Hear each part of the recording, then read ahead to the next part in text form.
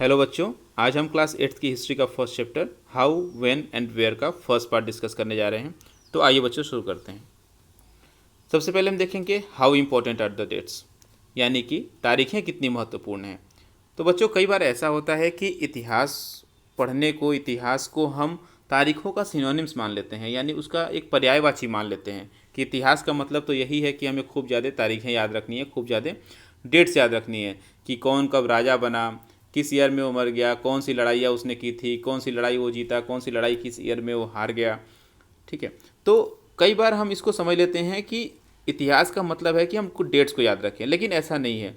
समय के साथ जो है निश्चित रूप से इतिहास पढ़ने का जो तरीका है वो बदलता गया है।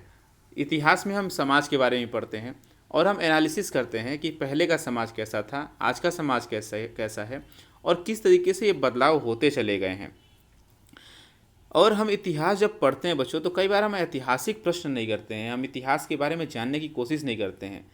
हम सिर्फ किताबों में जितनी चीज़ें लिखी हुई हैं सिर्फ उसी को पढ़ते हैं, लेकिन जब हम जानने की कोशिश करते हैं तो हमें बहुत आश्चर्यजनक चीज़ें जो है पता चलती हैं। जैसे उदाहरण से समझते हैं, जैसे मान लीजिए कि हम किसी से प्रश्न पूछते हैं, चाय पी रहे हैं और पूछते हैं कि चाय भारत में कब से आया, या चाय पीना भारत के लोगों ने कब शुरू किया। या कॉफ़ी पी रहे हैं तो यही प्रश्न पूछते हैं कि कॉफ़ी भारत में कैसे आया, या हमने कब कॉफ़ी पीना शुरू किया, अगर ये भारत में बहुत पहले से नहीं था तो ये कहाँ से आया, किसने लाया। ठीक है, तो यही है हाउ व्हेन एंड वेयर। ठीक है, तो जब हम इस तरीके के प्रश्न पूछते हैं तो हमें कुछ नए नए जवाब मिलते हैं, और जो जवाब हमें मिलते हैं वो हमें पुराने समय की तरफ लेके जाते हैं। ये जो हमारे हिस्टोरिकल क्वेश्चंस होते हैं, ऐतिहासिक प्रश्न, इसे इसलिए कर रहे हैं क्योंकि ये प्रश्न हमें इतिहास की ओर लेके जा रहे हैं। जैसे मान लीजिए ट्रेन में सफ़र कर रहे हैं, ट्रेन में सफ़र करते हुए हम पूछते हैं कि भारत में ट्रेन कब से चलनी शुरू हुई, रेलवे की शुरुआत भारत में कब से हुई, किसने ये काम किया, इसका आइडिया कहाँ से आया, क्यों इसे शुरू किया गया था। तो जब इस तरीके से हम प्रश्न पूछते हैं तो ये हम इतिहास को जानने की कोशिश करते हैं, और हम पीछे के समय के बहुत ही कुछ पुराने समय के बारे में हम जानने की कोशिश करते हैं, उसे समझने के प्रयास करते हैं। लेकिन जब हम इस तरीके से प्रश्न पूछते हैं तो इसका जवाब जो होता है वो कोई प्रिसाइसली कोई डेट नहीं होता है। जैसे हम ऐसा नहीं कर सकते हैं कि हम आपसे अगर प्रश्न पूछे कि भारत में लोगों ने कब चाय पीना शुरू किया, तो इसका कोई एक डेट नहीं हो सकता है कि हम बताएं कि इस दिनांक को ऐसा हुआ कि सुबह सुबह लोग उठे और भारत के सभी लोगों ने चाय पीना शुरू कर दिया। ऐसा नहीं होता है, ये एक over a period of time में है, मतलब हुआ। और इसके लिए एक प्रोग्रेस, मतलब एक प्रोसेस था। ये धीरे धीरे धीरे धीरे जो है लोगों ने चाय का प्रसार करना भारत में शुरू किया। हो सकता है किसी एक क्षेत्र के लोगों ने पहले चाय पीना शुरू किया हो, फिर इंडिया के किसी दूसरे पार्ट में लोगों ने चाय पीना शुरू किया हो, और फिर धीरे धीरे ये पूरे देश में फैल गया हो। तो इसके लिए कोई एक डेट नहीं हो सकता है, ये एक पूरा प्रोसेस है जो धीरे धीरे समय के साथ चलता रहा है। और इतिहास को बच्चों जो है हम अगर किसी एक फिक्स टाइम में अगर हम बांट देते हैं, किसी एक फिक्स डेट में रख देते हैं, तो ये गलत भी है, ये सही नहीं है। इतिहास जो है कोई एक खास डेट नहीं है, इतिहास कोई खास वर्ष नहीं है। हम केवल एक स्पैन ऑफ टाइम के बारे में बात कर सकते हैं, एक एक लंबे समय की, एक लंबी अवधि के बारे में बात कर सकते हैं कि इस समय के दौरान ये कार्य हुआ। और इस तरीके से हम इतिहास को पढ़ सकते हैं, इतिहास को ज़्यादा अच्छे से समझ सकते हैं। जब हम ये कह रहे हैं कि हम इतिहास को किसी डेट से नहीं जानते हैं, तो फिर हम ऐसा क्यों होता है कि इतिहास पढ़ते हुए इतने डेट्स आते हैं, इतने वर्ष क्यों याद करने पड़ते हैं, इतने ईयर क्यों हमको याद करने पड़ते हैं। तो इसका भी बच्चों एक कारण है। इसका कारण ये है कि पहले जो इतिहास लिखा गया है, खासकर राजाओं के बारे में जो लिखा गया है, तो उसमें इतिहासकारों ने तारीखों के ऊपर बहुत ज़्यादा जोर दिया है, डेट के ऊपर बहुत ज़्यादा जोर दिया है। जैसे कि वो राजा के जीवन के बारे में, राजा की जो पॉलिसीज़ थी उसके बारे में, उनके लाइफ के बारे में बहुत ज़्यादा उन्होंने चर्चा किया है। जैसे कि राजा कब राजा बना, उसको यानी कि राजमुकुट कब पहनाया गया, उसकी शादी कब हुई, उसके बच्चे कब हुए, उसने कौन सी लड़ाई किस वर्ष में लड़ी। तो इस तरीके से इतिहास को लिखा गया है, और इसीलिए हमको जानना जरूरी भी है।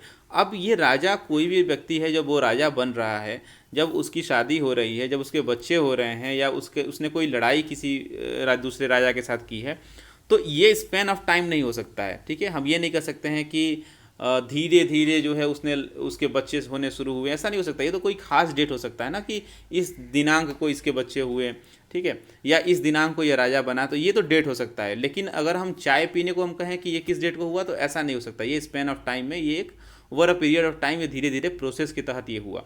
तो चाय पीना एक प्रोसेस हो सकता है कि चाय की भारत में कब शुरुआत हुई, यह एक प्रोसेस का इसका आंसर होगा।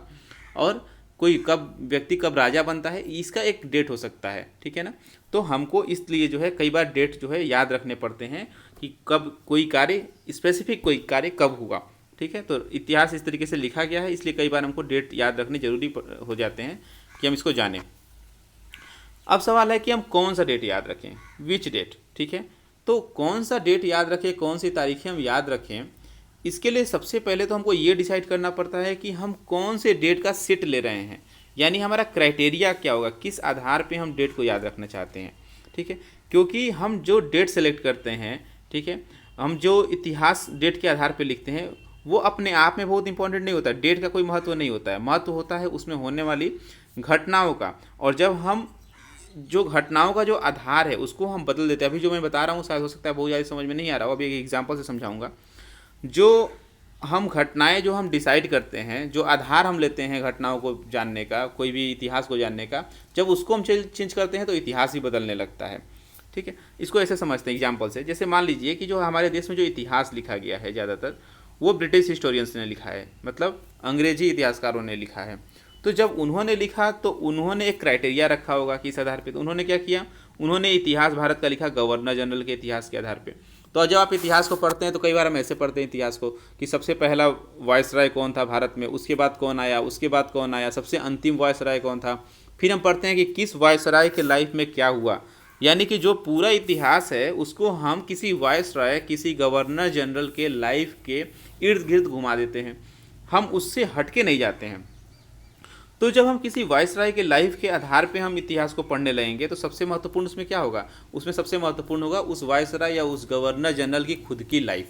हम उसमें क्या करते हैं, उसमें प्रॉब्लम ये होने लगता है कि हम किसी और चीज़ के बारे में बात नहीं कर पाते हैं, हम ये नहीं बात कर पाते हैं कि उस समय जो भारतीय थे, जो इंडियंस थे, वो किस तरीके से रहते थे, वो क्या खाना खाते थे, उनका जीवन कैसा था, इस बारे में बहुत ज़्यादा चर्चा नहीं हो पाती है। क्यों? क्योंकि हमारा जो डेट चुनने का जो तरीका है, हमारा इतिहास पढ़ने का जो तरीका है, उसमें हमने क्या किया, सबसे महत्वपूर्ण किसको बना दिया, गवर्नर जनरल्स को बना दिया, और उसी आधार पे हमने इतिहास को पढ़ना शुरू कर दिया।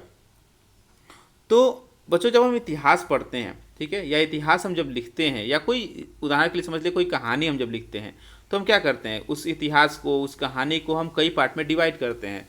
जैसे कि उदाहरण से इसको ऐसे समझ लें, जैसे मान लीजिए कि हम कोई कहानी लिख रहे हैं, किसी राजा के जीवन के बारे में मान लीजिए कहानी लिख रहे हैं, तो हम ऐसे कहानी नहीं लिखेंगे ना कि सबसे एक राजा था, उसका एक बच्चा हुआ, फिर उसके बाद से लिखेंगे कि वो फिर राजा बन गया, उसके बाद फिर लिखेंगे कभी उसकी शादी हुई।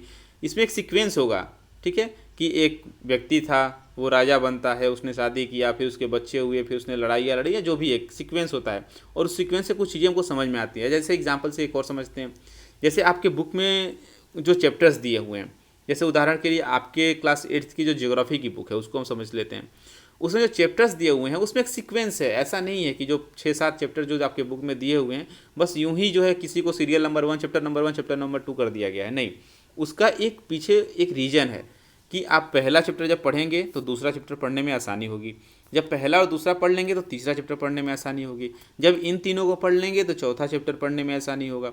तो इस तरीके से इसमें एक सीक्वेंस है। तो जब हम इतिहास पढ़ते हैं तो उसमें भी एक सीक्वेंस होता है जो कि एक सेंस क्रिएट करता है, एक कोई मतलब होता है उसका कि क्यों हम इसके बाद ये कहानी पढ़ रहे हैं, क्यों हम इस राजा के बारे में पढ़ने के बाद भी दूसरे राजा को पढ़ रहे हैं। ऐसा नहीं हो सकता है ना कि एक राजा था, उसका फिर एक लड़का हुआ, वो राजा बना, तो पहले लड़के के बारे में पढ़ लेते हैं फिर उसके पिता के बारे में पढ़ेंगे, ऐसा नहीं हो सकता है। ठीक है, उसमें एक सीक्वेंस हमको बना के रखना पड़ता है। तो इतिहास जो लिखा गया है दोस्तों ब्रिटिशर्स के द्वारा, उसमें क्या किया गया, मैंने क्या बताया आपको कि सबसे महत्वपूर्ण रखा गया जो है गवर्नर जनरल्स के लाइफ को, और गवर्नर जनरल्स के लाइफ के इर्द गिर्द ही जो है पूरा इतिहास घूमता रहा। अब इसको और एक तरीके से समझते हैं, जो उसमें के पिक्चर्स क्रिएट किए गए हैं, जैसे आपके बुक में 3 इमेजेस दिए गए हैं अभी तक जो मैंने पढ़ाया उस दौरान, तो उसको एक बार समझ लेते हैं। जैसे एक इसमें पिक्चर ये दिया हुआ है जिसका टाइटल है, नीचे लिखा हुआ है हिंदुस्तान, इसको बनाने वाले का नाम है रेनल। तो इन्होंने इसका टाइटल दिया है कि Brahmans offering the Shastras to Britannia, front piece of sorry, ये है front piece of the first map produced by James Rennell 1782।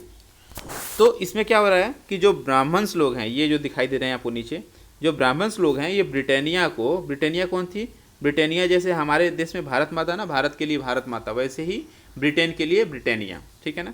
तो ब्रिटानिया को वो एक मैप दे रहे हैं, ठीक है, और मैप के फ्रंट पेज पे क्या है, उसमें शास्त्र के बारे में जो है चर्चा की गई है, ठीक है।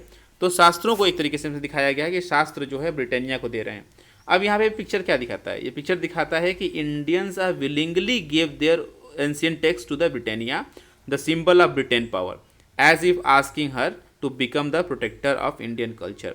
इसमें ये पिक्चर बना करके, अब देखिए रियल पिक्चर तो कोई है नहीं, क्योंकि ब्रिटानिया तो कोई महिला थी नहीं कि जिसको ये ब्राह्मण्स जो है जा करके अपना टेक्स्ट जो है, जो आप कहें वेदास जो हैं, वेद वगैरह जो हैं वो दे सकें।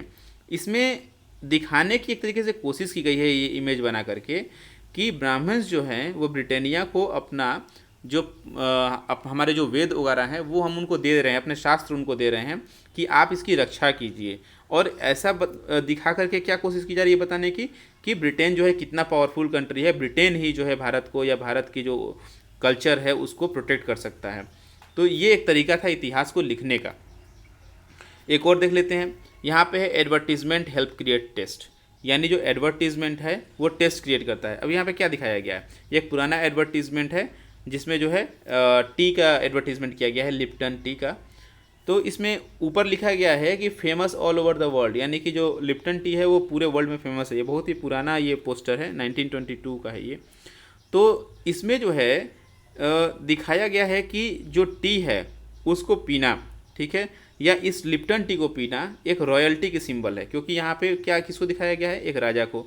ये कौन व्यक्ति है, ये जो है जो उसमें महारानी थी उनके थर्ड सन का जो है ये फोटो है, ये प्रिंस थे, राजकुमार थे ये। तो उनका ये तस्वीर बनाया गया है कि घोड़े पे बैठे हुए हैं और ये पीछे जो है आपको महल दिखाई दे रहा है, ठीक है। तो ये दिखाकर एक कोशिश की जा रही है ये बताने की कि चाय जो है वो कौन पी रहे हैं, राजा लोग पी रहे हैं। और लिप्टन टी अगर आप पीते हैं तो ये इतना फेमस है कि राजा लोग इसको पीते हैं और ये पूरे वर्ल्ड में फेमस है।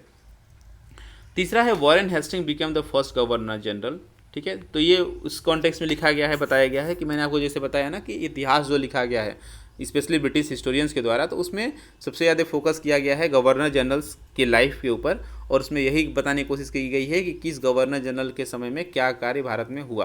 तो उसमें आम आदमी के बारे में, कॉमन पीपल के बारे में कोई चर्चा नहीं की गई है। तो इसमें जैसे बताया जा रहा है कि फर्स्ट गवर्नर जनरल कौन थे, 1773 में वॉरेन हेस्टिंग बने, ठीक है। उसके बाद से फिर बताया जाएगा कि लास्ट गवर्नर जनरल कौन थे। तो इसमें जो है कॉमन पीपल के बारे में चर्चा नहीं की जाएगी। दूसरी चीज़ है कि गवर्नर जनरल्स की लाइफ के बारे में लिखा गया, उनकी बायोग्राफीज़ लिखी गई, उसमें बहुत उनको ग्लोरीफाई किया गया, बहुत बढ़ा चढ़ा करके उनके लाइफ को पेश किया गया। उनकी पेंटिंग्स बनाई गई और उसमें उनको बहुत ही पावरफुल दिखाया गया कि वो बिल्कुल राजा महाराजा की तरह बैठे हुए हैं, ठीक है। तो ये एक तरीका था बच्चों इतिहास को लिखने का। तो आज के लेक्चर में बस इतना ही। Thank you.